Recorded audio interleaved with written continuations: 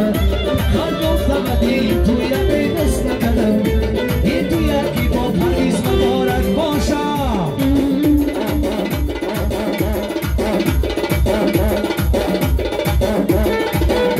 جاندان درکم دیل جاندان درکم جاندان درکم دیل جاندان درکم سندون چیزی نزرگران درکم سندون چیزی نزرگران درکم